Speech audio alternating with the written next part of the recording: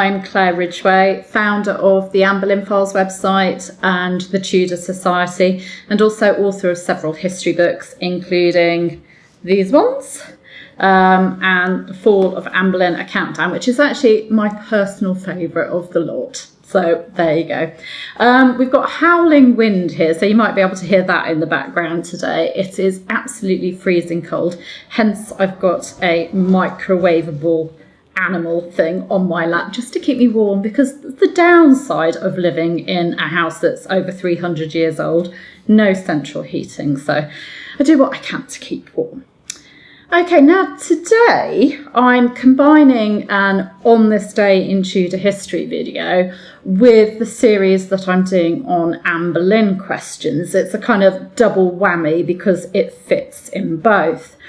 I'm going to take you back today to the 24th of January 1536, which of course is in Henry VIII's reign, and it's also the year that obviously Anne Boleyn fell and the year that she was executed. So 24th of January 1536, just under 4 months before Anne Boleyn was executed at the Tower of London. It was on this day in Tudor history that King Henry VIII, who was 44 years old at the time, suffered an accident while he was jousting. Now, of course, he was a very, very keen sportsman. He absolutely loved hunting, jousting. He was a very athletic man, but he suffered an accident on this day in history. Now, I'm often asked, I receive questions all the time, which is why this is in this series of Anne Boleyn questions as well as an On This Day in Tudor History event. I'm often asked just how serious this accident was. What happened? What happened in the accident? Could it have been responsible for some kind of brain injury, such as a frontal lobe injury, that could have changed King Henry VIII's personality, that could have turned him from the Renaissance virtuous prince that he started his reign as, the man that Anne Boleyn fell in love with as well, that changed him from that person into a monster or a tyrant? Could this accident have been partly responsible for Anne Boleyn's fall because of a personality change, and also responsible for his subsequent tyrannical behaviour? Now, to be able to answer those questions, we need to go back and look at what the contemporary sources say about this accident. And when I say contemporary sources, I mean accounts, records from that time, from 1536. So to see, they're evidence, aren't they, to see what they say. Now, we have Pedro Ortiz, who was Charles V's ambassador, as Emperor, the Holy Roman Emperor, Charles V's ambassador to Rome. Now, he wrote to the Empress on the 6th of March 1536, saying that he had received a letter from the ambassador in France, dated the 15th of February, stating that he hears from England that the king intends to marry the princess to an English knight. The French king said that the King of England had fallen from his horse and been for 2 hours without speaking. La Anna was so upset that she miscarried of a son. So 2 hours without speaking, Dr. Ortiz says there. Now, 2 hours without speaking suggests that the king was unconscious for 2 hours. There's no other reason really why he'd be without speaking. Now, to be unconscious for 2 hours after an accident, that is a serious accident. That suggests a serious head injury, something that it's not just standard concussion. That suggests some kind of brain damage, perhaps. But that's just one source. What do the other sources say? Because we do have other accounts of this accident. Now, we have Eustace Chapuis. He's another of Emperor Charles V's ambassadors, but this time he's Charles V's ambassador to England. Now, he wrote to one of the Emperor's advisors, Granville, on the 29th of January, recording that on the eve of the conversion of St. Paul, the king being mounted on a great horse to run at the lists, both fell so heavily that everyone thought it a miracle he was not killed, but he sustained no injury. Thinks he might ask a fortune for what greater misfortune he is reserved, like the other tyrant who escaped from the fall of the horse in which all the rest were smothered and soon after died. Then we have another source, Windsor Herald Charles Risley, who wrote in his chronicle of Anne Boleyn's miscarriage, which happened on the 29th of January, so 5 days later.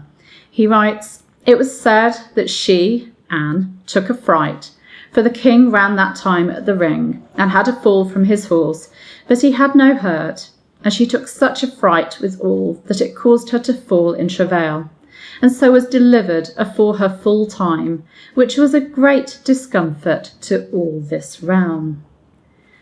And then we have another source, a source that is often actually ignored. We have Lancelot de Carle.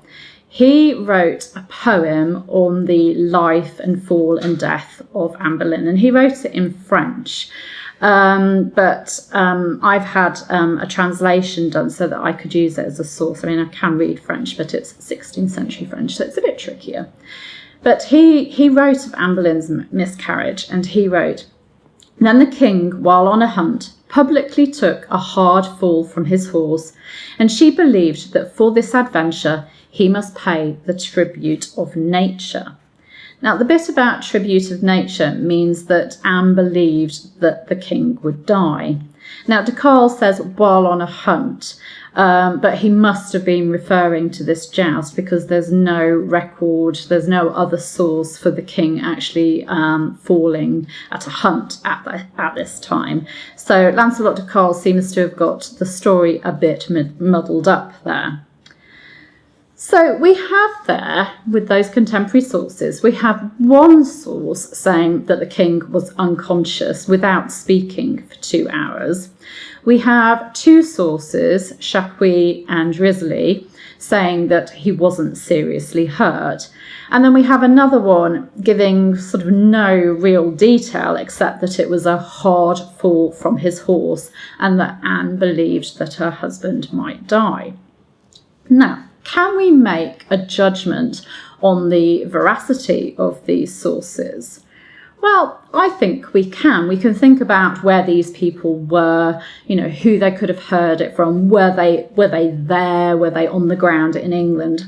I think we can make sort of a judgment call on these sources.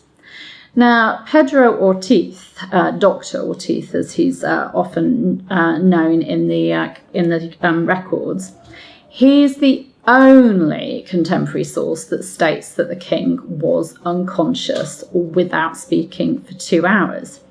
Now, Ortiz was in Rome at the time of the king's accident, and he wasn't even writing about the accident until well over a month later. And he states quite clearly in his letter to the Empress that he'd received a letter from the ambassador in France who'd heard it from the French king, who of course at this time was Francis I. Now, Francis I wasn't at Greenwich on that day. He'd not witnessed the joust or the accident. So Francis I must have heard it from his ambassador in England.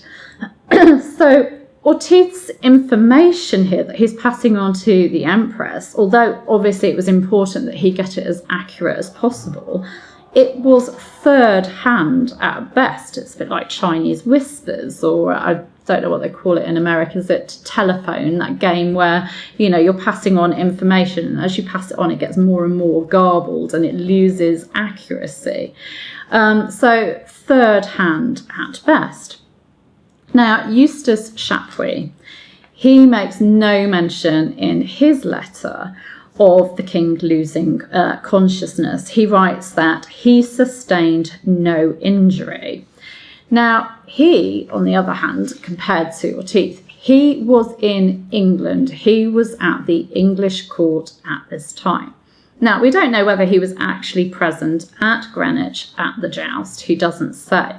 But Chapuis had his sources at the English court, and he used these sources to gather information and then to pass it on to other ambassadors, his contacts, and to the emperor. So he was in London, and he was writing just a few days after the accident.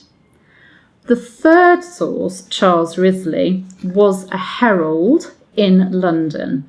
He was cousin of Thomas Risley, who served the king as a clerk of the signet. So I kind of think that surely Charles Risley was in a position, being in London, being related to someone that served the king. So surely he's in a position to hear about exactly what happened. Yet he recorded the king had no hurt. The final source that I read out to you, Lancelot de Carl. Now, who is this Lancelot de Carl that wrote this French poem? Well, he was the secretary to the French ambassador at Henry VIII's court. So he would have been also in London at the time. Now, he gets his information wrong, a bit garbled. So it's clear that he wasn't there because he talks about it being a hunt. So he obviously got it from someone else who might have got it from someone else. But he was there in London, and he doesn't make it out to be a really serious accident. Although Anne was worried about the king and that he might die, he doesn't talk about the king being unconscious or having any really serious injury. Now, even if those close to the king wanted to downplay this accident to prevent panic, not only in England, but, in Europe, I really feel that Chapuis would surely have heard the truth of the matter from his sources at a later date, after the panic was over, because Chapuis, in his dispatches, if he gets something wrong, he does correct himself at a later date. He'll say, well, I heard this, but then I heard this, and actually that's what happened.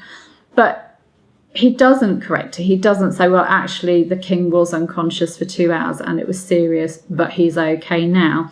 He doesn't go back and change his information at all. So I really do think that he would have done that if he'd heard the truth of the matter. There is nothing also in Thomas Cromwell's letters to any of the ambassadors or anyone away from court regarding any concerns about the king's health following the accident.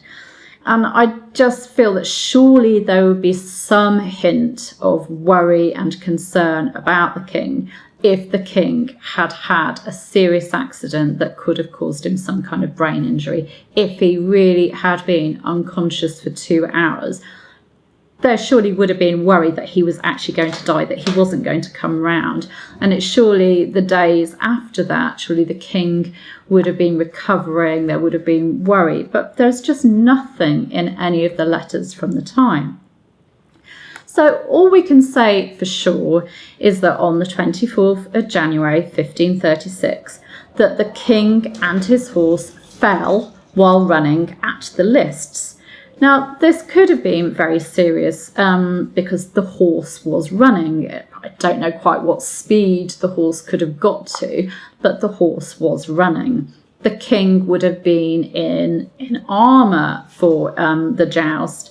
I'm not sure how the horse would have been kind of dressed, whether it would have had some kind of armour on as well. But if the horse sort of tripped on something and they both fell, the horse could have rolled onto the king, it could have crushed him, it could have been very serious. And it may have caused panic, momentary panic. Because the king obviously could have been killed. Jousting was very, very dangerous. But there's just no suggestion from the accounts that the king was seriously hurt. There's the suggestion that he might have been killed, and that Anne was worried when she sort of heard the news.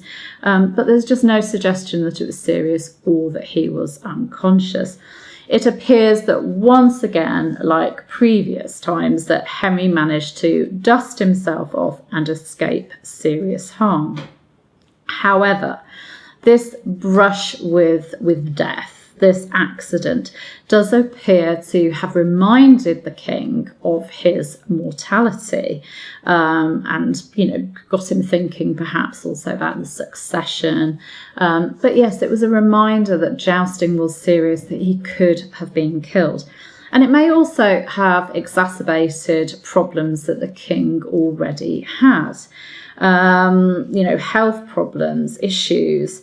So whether it was down to the advice of his trusted advisors or whether it was his own decision, this sport-loving king appears to have made the decision at this time that he wouldn't joust anymore, that was his last joust. He did, however, carry on hunting, so it didn't stop him carrying on with some of the sports that he loved.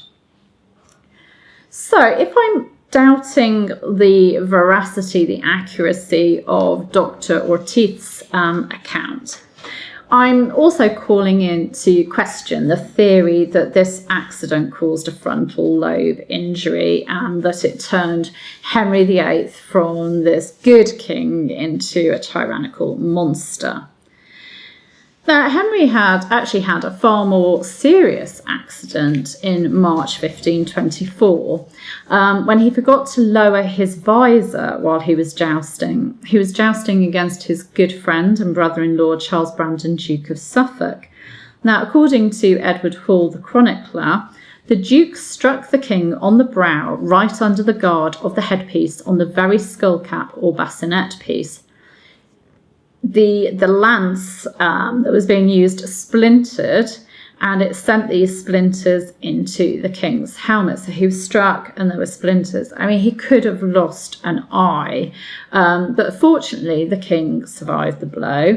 A mortified Suffolk vowed that he would never joust against the king again. This had been an awful thing to happen, but the king just laughed it off. He said it was no one's fault, that he was fine, that his sight was fine. And to demonstrate that he'd suffered no harm from this and that he was absolutely fine, he went on to run another 6 courses. Now, could that have caused a brain injury? Well, I suppose, yes. Just because he went and ran 6 courses doesn't mean that it didn't have an impact later. It is hard to say. It's impossible to say what exactly happened, what the impact of, this strong blow to his forehead had on his brain. We just don't know. And it is possible that Henry VIII suffered repeated head injuries. He went hunting, he jousted, he was a very active man. And obviously jousting, and having blows to the head or just his head moving within his helmet, he could have suffered similar injuries to the ones that we see today in boxers, American football players, rugby players. And of course, brain injuries like that can cause behaviour problems, personality change, etc.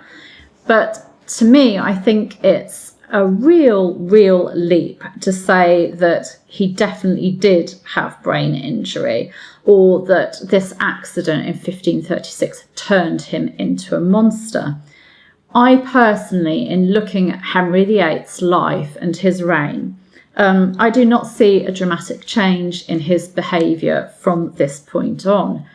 Yes, 1536 was horrible. Yes, the king stood by or provoked, depending on how you look at it, his wife being brought down and her being imprisoned in the Tower of London, her being executed, some of his good friends being executed too. But if you look at the preceding years, he'd already, by this point, treated his first wife, Catherine of Aragon, and their daughter, Mary, abominably. He'd already executed his former father figure, Sir Thomas More, Bishop John Fisher, who'd been a good friend, The Carthusian monks had been treated abominably and suffered, executions, some of them being hanged, drawn and quartered. He'd treated people horribly. He'd already shown that he could be harsh and brutal and monstrous. Perhaps he got worse as he faced more and more challenges to his authority, like later in 1536. Of course, we have the Pilgrimage of Grace rebellion. Now the cat really wants to get in on the act. But I cannot agree that from after that accident, he changed dramatically, that there was a radical change in his personality. One source stating that Henry VIII was without speaking for 2 hours, try to keep the cat out of the camera, and 3 sources making no mention of that. Which should we believe? Now she's sitting down and accompanying me. One source that wasn't even in England, repeating third-hand information versus 3 sources written by people on the ground in London. Which should we believe? I'm asking you. To me, it's obvious which we should believe. And I really think that we need to stop putting store in Dr. Ortiz's account of the king being unconscious and creating theories based on that one account when the other sources do not corroborate it. That is my personal opinion, and I'd love to know what you think about this, because it is just, some people just say, well, yes, Henry VIII was seriously injured, it caused brain damage, and then he radically changed. I'm challenging that, and I'd love to know what your thoughts are on it. So please, please, please do comment and say what you think. You might agree with me, you might disagree with me, you might agree with some of what I've said. I'd love to know your thoughts. That's what makes history alive and interesting, is that we can debate things, over 400 years on. So please do share your opinions. So yes, you can comment below, and you can also subscribe to this channel by clicking on the subscribe button below. I hope you've enjoyed this video. Do check out the rest of the channel. There are lots and lots of videos on Tudor history for you to enjoy. Take care. Bye bye.